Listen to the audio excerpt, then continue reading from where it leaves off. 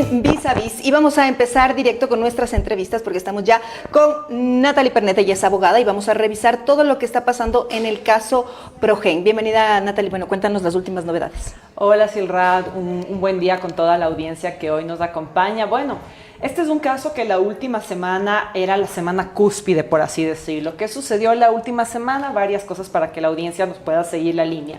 Primero hubo la vinculación previo al cierre de la instrucción fiscal, que esto debió ser y fue el 20 de agosto.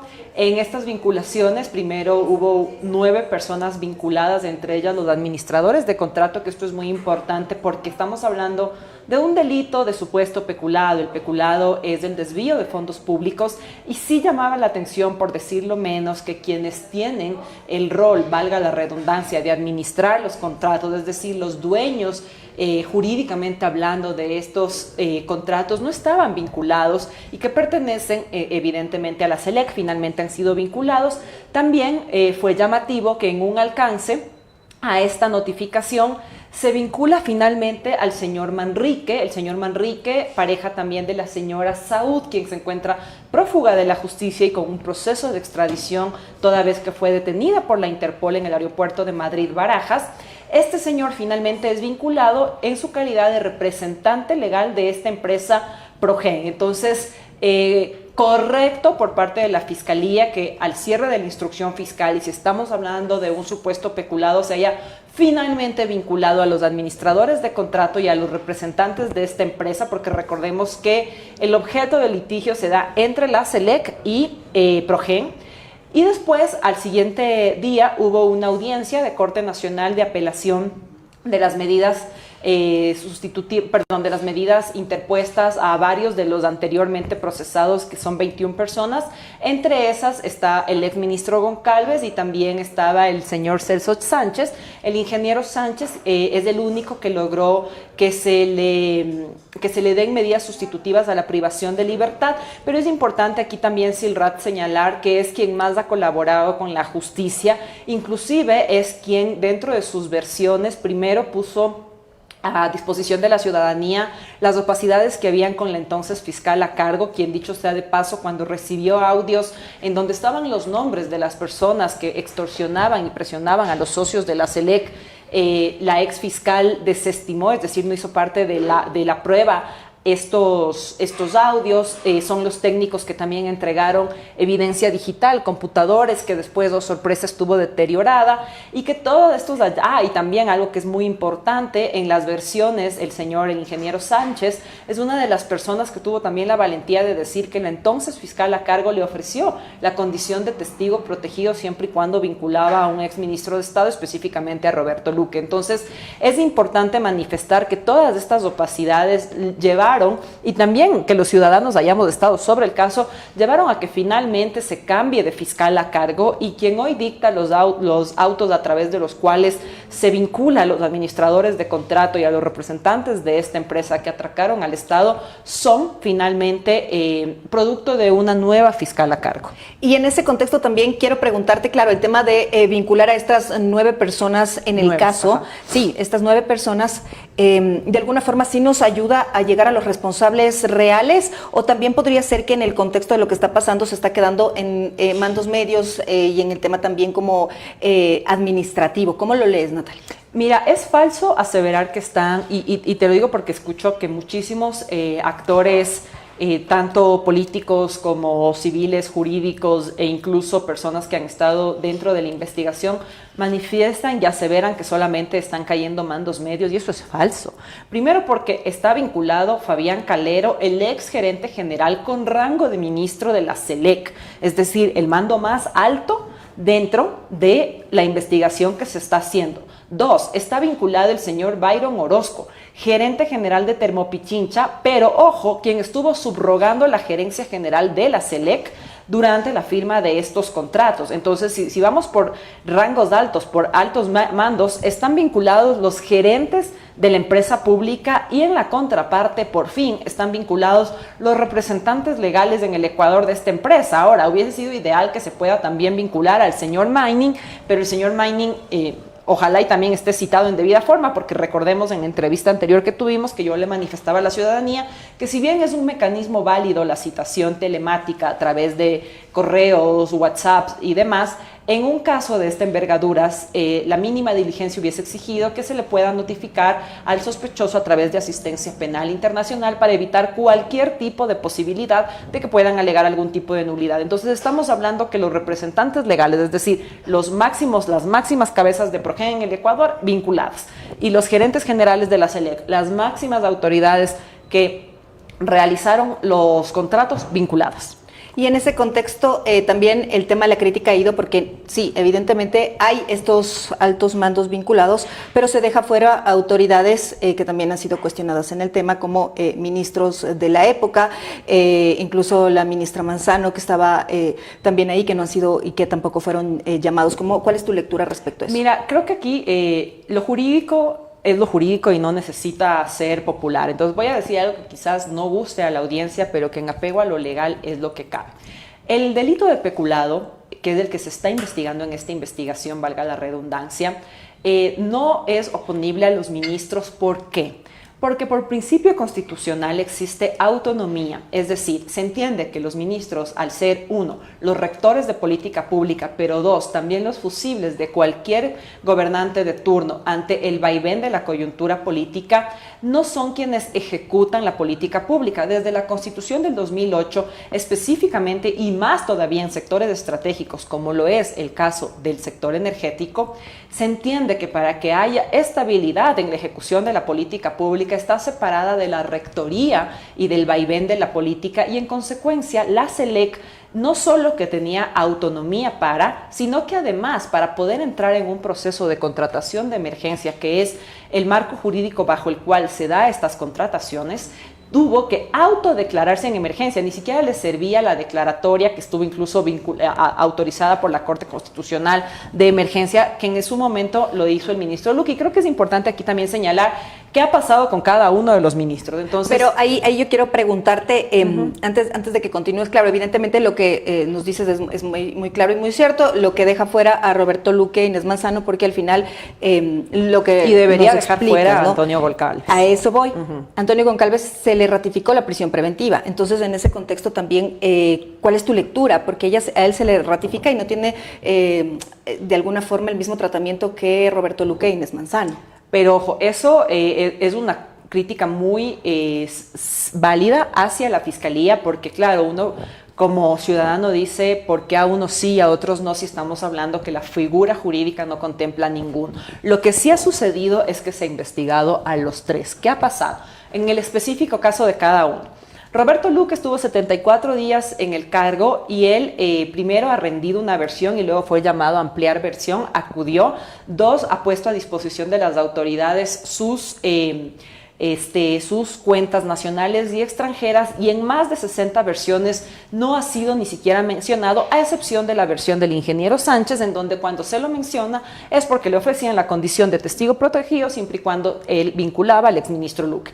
Antonio Goncalves lo propio, también estuvo en más de 60 versiones sin ser mencionado y ha puesto a disposición de las autoridades sus cuentas nacionales y extranjeras. E Inés Manzano, que está llamada a rendir versión en esta semana. En consecuencia, lo que tenemos que seguir es muy expectantes, pero también muy cercanos a la investigación que se llevará a cabo durante estos 30 días que falta para que culmine de proveerse todas las pruebas que luego serán las pruebas en juicio, en la audiencia de llamamiento a juicio, en donde quede claro por qué unos sí son vinculados y otros no. Si bien esta explicación que yo te doy, además de ser jurídica, pudiese tener una interpretación personal, porque quien nos debería contestar por qué están vinculados todos y no ninguno, y uno y si no, o sea, quien nos debería contestar debe ser la fiscal a cargo.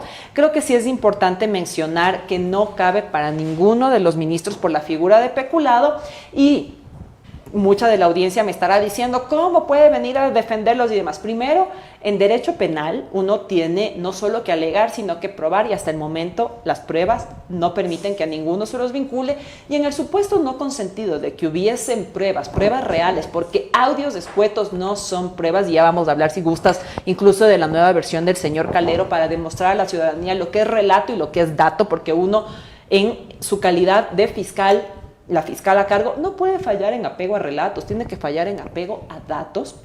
Es importante que sigamos como ciudadanos estando al tanto, porque esto no nos tiene que gustar o no gustar, esto tiene que venir con la mayor cantidad de certeza jurídica, porque luego, ¿qué pasa, Silrat? Que termina fallando a veces la fiscalía o el poder de turno en apego a la coyuntura del momento, pasa la coyuntura, pasan los años y el Ecuador pierde en dos vías. Primero, por el dinero que se van llevando, que casi nunca regresa, que esperamos esta vez a través de la ley Rico sí regrese, en donde, dicho sea de paso, ya hay hallazgos de cuentas y transacciones en Suiza, en donde está reposando parte de estos dineros. Pero segundo, terminamos pagando porque después, por no seguir el debido proceso, por no fallar en apego a derecho, las personas que terminan siendo sentenciadas ponen demandas en Corte Interamericana, en Justicia Internacional, y después el Ecuador tiene que pagar sendas indemnizaciones por no haber hecho las cosas en apego a derecho. Entonces se termina perdiendo por dos lados. En este contexto también importantísimo el tema de la trazabilidad, ya vamos a conversar sobre eso, porque se tiene que saberlo, el tema de la ruta del dinero, que también es fundamental. La ampliación que de la instrucción son 30 días, entonces, ¿qué diligencia es clave o cómo se debería priorizar las pruebas con el objetivo de no perder esas pruebas efectivamente, y que no haya, y que se pueda realmente dar con los responsables y que hayan sentencias ejemplares en este caso? A ver, lo primero, ahorita hay algunas que son indispensables. Por ejemplo, la versión escrita que puso dentro de los recaudos procesales la defensa del señor Calero fue recién corrida a traslado, es decir, puesta en conocimiento de las demás partes a lo largo de este fin de semana. Es una versión que tiene varias cosas que sorprenden. Yo me pregunto y le pregunto a la audiencia, ¿a qué Fabián Calero creemos? Al Fabián Calero que gozaba de la condición de testigo protegido, que ya sabemos, dicho sea de paso, la entonces fiscal a cargo, cómo negociaba la capacidad de poder dotar de esta condición y de esta calidad a varios de los vinculados en su momento, y que en su momento no mencionó a nadie y se remitió a una versión específica y corta, o al nuevo Fabián Calero, el cual en su versión manifiesta frases como "es ahora cuando me doy cuenta", "ahora todo tiene sentido", o sea, puras frases interpretativas, y en donde a la final... De esto estamos hablando de la nueva versión ampliada, es decir, de las nuevas 42 fojas que fueron puestas dentro del proceso, en donde, insisto, ¿a quién le creemos? ¿Al Fabián Calero testigo protegido, o al Fabián Calero vinculado como sospechoso, o al Fabián Calero prófugo de la justicia? Porque aparte, yo puedo decir lo que yo gusto, pero una vez más, Silrat, estamos en un proceso penal en donde las cosas se prueban. Yo no puedo permitirme decir que todo el mundo me presionaba, me extorsionaba, que ahora me doy cuenta de todo, y no poner una sola prueba que respalde mi relato. Relato que, dicho sea de paso, lo estoy dando desde la clandestinidad, pero que exijo se me trate con apego a la legalidad. Uno en derecho, las cosas se deshacen como se hacen. Usted desde la legalidad puede exigir legalidad, pero desde la clandestinidad, ¿de qué estamos hablando? Lo mismo con esta señora Saúd, que en su momento rindió una versión y luego, cuando se ve detenida por la Policía Internacional, envía un escueto mensaje de voz en donde dice que tiene pruebas, en donde saltará Raimundo y todo el mundo. Más que escueto, ese mensaje de voz nosotros lo veíamos un poco incluso amenazante, Natalie, porque más que escueto era un tema un poco... por ser amable con la audiencia. Pero mira, Silrat, han pasado 2 meses y hasta la fecha no hay una sola prueba de todo lo que dijo. Claro, porque ella salió a decir que no iba a ser el cochinillo, que no iba a ser la cabeza prácticamente que se iba a tomar, exactamente, y evidentemente no ha habido... Entonces, una vez más, todos tenemos derecho a la defensa. El señor Calero tiene derecho a la defensa, la señora Saúd, incluso el señor Manrique, quien, dicho sea de paso, una investigación periodística acaba de señalar que hay terrenos en San Borondón comprados por parte de este señor con dineros que venían de las transacciones de Progen. Sin embargo, el señor tiene derecho a la defensa porque en nuestra legislación uno es inocente hasta que se compruebe lo contrario. Nuevamente, uno no puede simplemente decir el cielo es rosado y per se pretender que la ciudadanía y la fiscalía considere que el cielo es rosado. Uno tiene que probar, y más aún cuando uno sabe de efecto que el cielo no es rosado, por favor. En ese contexto también quisiera saber y sobre todo profundizar un poco más en el tema de esta declaración de Fabián Calero en la clandestinidad. ¿Qué otros puntos podemos destacar y en lo que tú has podido revisar de las anteriores versiones? Las contradicciones que te digo, el hecho de que en un primer momento señalaba que no tuvo trato con nadie de autoridades y ahora señala que sí, que tuvo conversaciones con exministros y demás, nuevamente, no decimos que no, pero señor, ponga pruebas, porque recordemos que en el sector público, por ejemplo, cada que uno tiene una reunión de cualquier tipo entre autoridades de bajo rango e incluso equipos de trabajo, a uno le hacen firmar unas hojitas, en todas. Es decir, uno tiene cómo comprobar, si dice que tiene chats y demás, materialice dichas conversaciones para que los recaudos procesales, incluso por su propia defensa, puedan contar con garantías. Entonces, importante Silrat manifestar que es una versión que contradice a la anterior, pero que sobre todo tiene muchas frases interpretativas y en materia penal y más en materia en este tipo de procesos, lo interpretativo no sirve de nada si uno no acompaña de pruebas que puedan comprobar, valga la redundancia, aquello que uno está alegando. Entonces también estar muy pendientes de la versión de la ministra Manzano, que es de esta semana,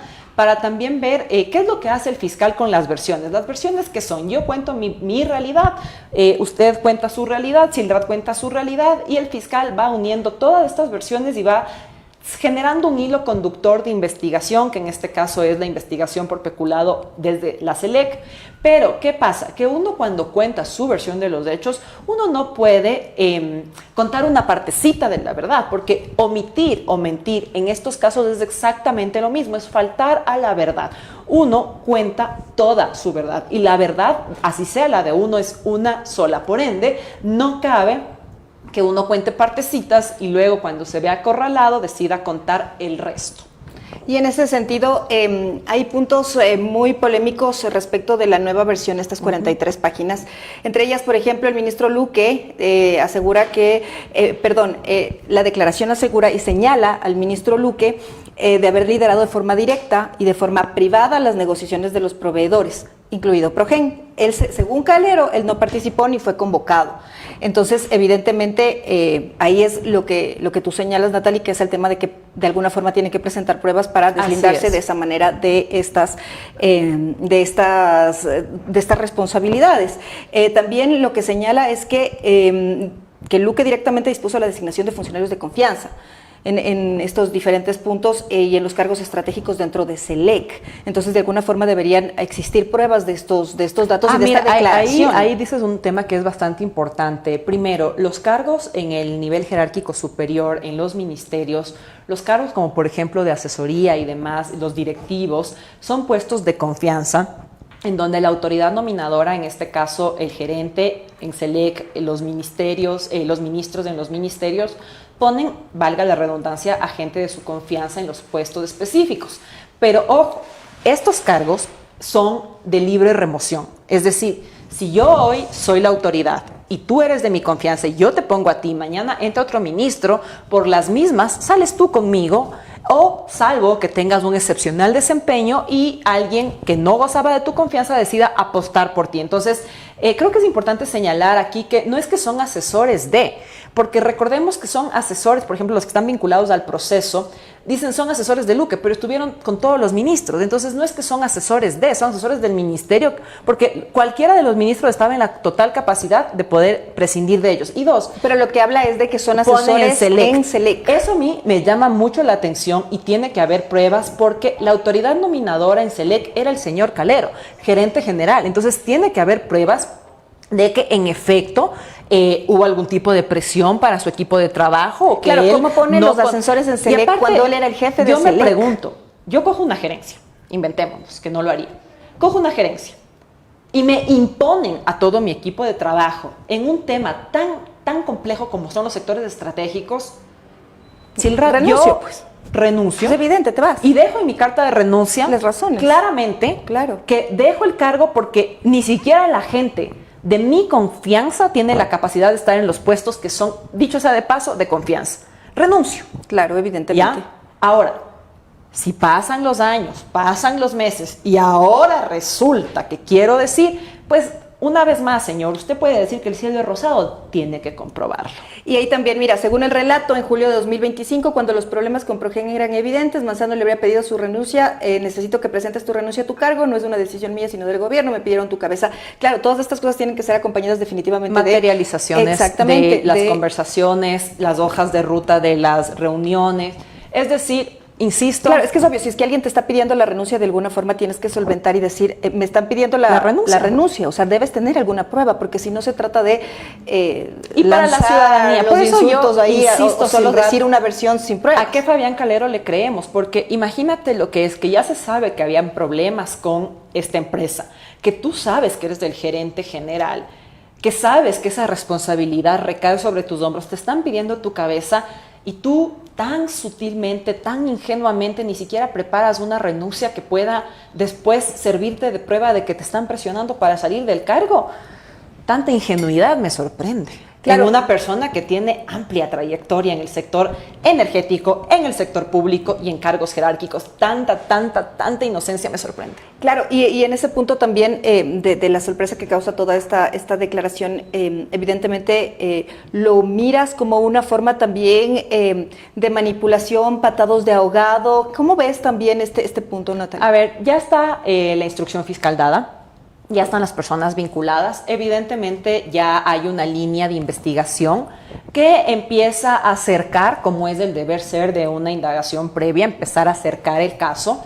Y evidentemente ahorita nadie quiere estar vinculado a un proceso penal, nadie quiere estar procesado. Recordemos que después de esto lo que hay es una audiencia de llamamiento a juicio, preparatoria de juicio, después viene el juicio penal, es un juicio que puede tomar algún tiempo y que te ponen medidas cautelares como la capacidad, o mejor dicho, la incapacidad de salir del país, la presentación periódica, tiene un impacto en toda tu vida. Entonces, sí, entiendo como persona, como ciudadana, que nadie quiere estar en un proceso penal.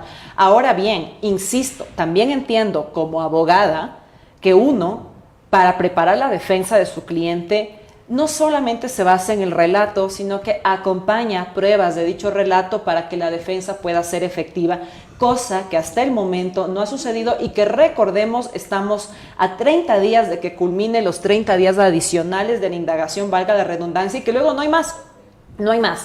Habrá la formulación de cargos, de hecho el día de hoy está la audiencia señalada para la formulación de cargos de los nuevos vinculados y el tiempo es para proveer las pruebas que están pendientes y, señores, se acabó y a juicio nos vamos. Y en ese contexto también, Natalie, evidentemente, claro, y siguiendo un poco esta narrativa de esta nueva versión, claro, Calero está afirmando que el exministro de Energía, que Luque, dirigía todo y que prácticamente Calero era un espectador, o sea que él estaba ahí mirando. Entonces ahí también nos queda la duda de por qué siguió firmando contratos, por qué siguió dando paso a estos puntos, cuando en realidad tenía ya todos estos elementos de las presuntas irregularidades que pudo haberlos tiene que probar, pero además, ¿no? Si señala que el señor fue un espectador, en derecho penal eso se llama complicidad, ¿no? O sea, no, yo te digo que prácticamente él está diciendo que él estaba como espectador con todo lo que él está diciendo, o sea, prácticamente su papel era como de ver y solo firmar. Entonces, ¿cómo hace eso? Y ahorita sale a decir este punto. Por favor. Era un mero espectador, más bien es lo que yo te pregunto. Gerente general de la empresa con la que se hizo las contrataciones, persona con trayectoria en sectores estratégicos, de encargos altos del sector público, no era una persona que no sabía lo que estaba haciendo. Y nuevamente insisto, hay una versión, la de él, que manifiesta que los ministros estaban a cargo y específicamente el ministro Luque. Hay 60 versiones en donde el ministro Luque ni le mencionan y hay una en donde un técnico dice, a mí me ofrecieron ser testigo protegido si yo le vinculaba. Entonces, nuevamente, la Fiscalía lo que hace es analizar todas las múltiples versiones y ver en dónde hay los conductores que sean coherentes y congruentes entre sí y en dónde hay los conductores que no guardan relación con el resto de la teoría del caso para poder saber qué se está diciendo en apego a la verdad y qué no. Nuevamente, esto va más allá de los nombres. Aquí necesitamos una sentencia que sea un precedente ejemplificador para el país y eso solo se da con apego a la verdad procesal y para llegar a la verdad jurídica, a la verdad procesal necesitamos pruebas que hasta el momento quienes alegan que básicamente eran presionados para todo no han logrado poner un solo recaudo probatorio de que en efecto así lo era. Y en ese momento y en este punto también, con todo lo que hemos visto, hay una clara victimización también de Calero, ¿no? O sea, en este contexto, al parecer está ya en este punto, de alguna forma, considerándose y vendiéndose prácticamente como una especie de víctima, pero entonces ahí no es un poco contradictorio cuando dice tener pruebas, pero al final no está mostrando las pruebas, no están los temas periciados cuando ya ingresó 43 páginas. A ver, no solo el señor, todos, insisto, tienen derecho a la defensa. Y evidentemente una persona que está en calidad de investigado puede llegar a ser una víctima, claro, si es que es un investigado o un vinculado que nada tiene que ver, eres una víctima. Pero hasta ahora las versiones sí mencionan al señor como quien los presionaba, al señor Orozco también, el gerente de Termopichincha, como la persona que presionaba directamente a los técnicos. De hecho, hay frases, mira, Silrat, que por apego al proceso omito decirlas aquí, pero hay frases de presión muy complejas. Hay frases de presión que venían por parte de funcionarios de alto rango de la SELEC a los técnicos, en donde básicamente les estaban amenazando con su vida. Y eso está en los recaudos procesales. Entonces, ¿de qué estamos hablando? O sea, pongamos también pruebas. Los técnicos, todos, en su gran mayoría, mejor dicho, no sé si todos, pero en su gran mayoría están cooperando con la Fiscalía, han entregado las computadoras que estaban a su cargo, han manifestado y con miedo inclusive a que pueda sus vidas estar en peligro los audios en donde las personas les presionaban y no estaban hablando de ministros, estaban hablando específicamente de las cabezas de la SELEC como quienes presionaban a los técnicos.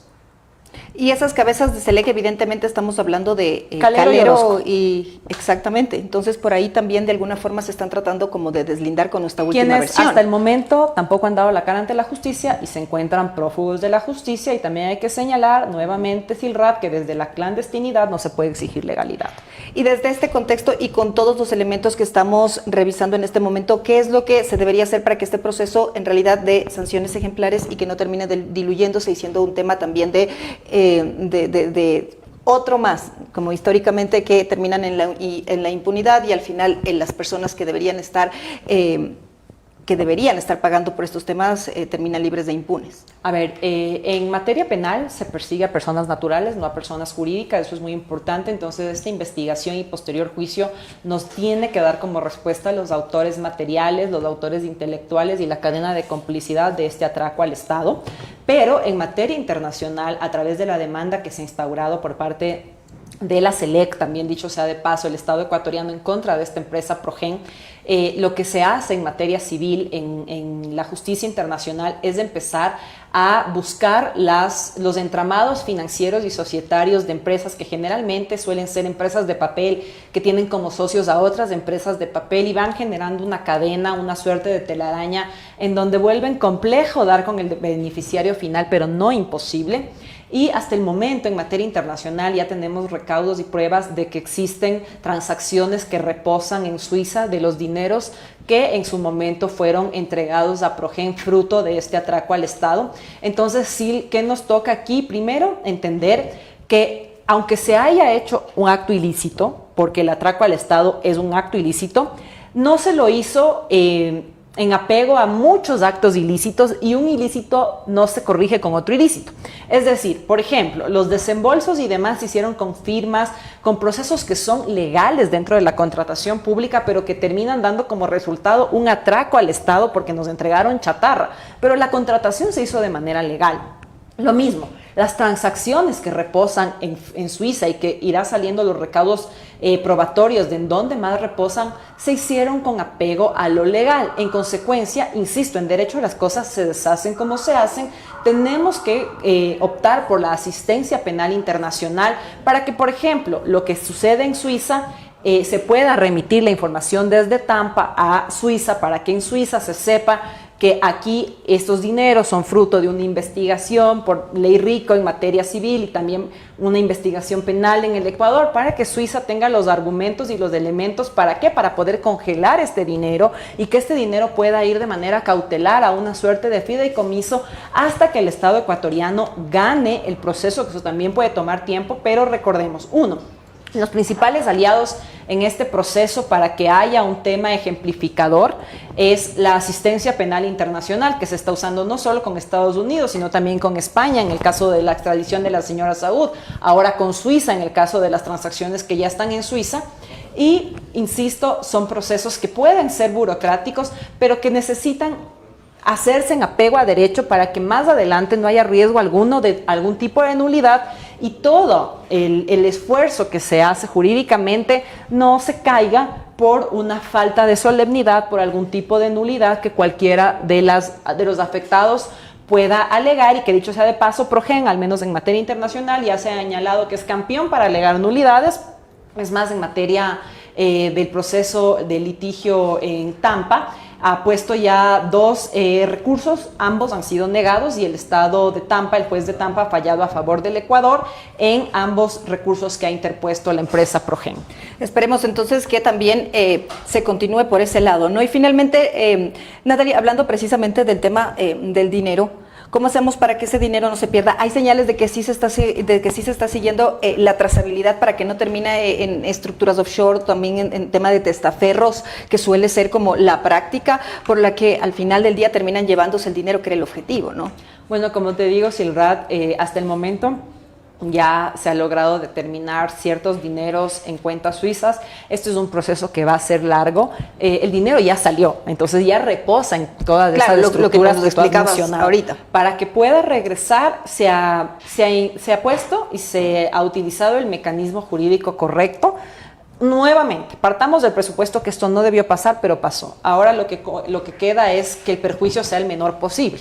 En consecuencia, se ha hecho lo jurídicamente correcto al interponer esta demanda en materia civil a través de organismos de cortes internacionales. Es la primera vez que el Estado ecuatoriano lo maneja de esta forma, entonces sería la primera vez que esperemos tener algún tipo de resultado distinto, y pues aquí sí solo el tiempo nos dirá, y la vigilancia ciudadana de no dejar morir este tipo de casos en donde lamentablemente la coyuntura de hoy es tapada por la coyuntura de mañana, y estamos hablando de un atraco que, valga la redundancia, es de todos nosotros los ecuatorianos. Sí, estamos hablando de alrededor de 109 millones de dólares. Imagínate todo lo que se puede hacer en el mismo sector energético con ese dinero. Exactamente, y que no debería perderse. Natalie Pernet, muchas gracias por habernos acompañado, por explicarnos claramente cómo está el contexto dentro de este caso. Evidentemente, además, con esta última versión, que es lo que nos has dicho es muy real, hay que revisar, y sobre todo el tema de las pruebas, ¿no? No puede llegar alguien a decir, chuzo, ya, es que ahora sí, y sin pruebas sobre todo. O sea, todo eso se tiene que analizar, y esperemos que así se haga, y sobre todo que la ruta del dinero sea detectada y que se sepa dónde están los recursos de los ecuatorianos. Gracias, Natalia. Espero haber sido lo más didáctica en un caso tan complejo. Muchas gracias.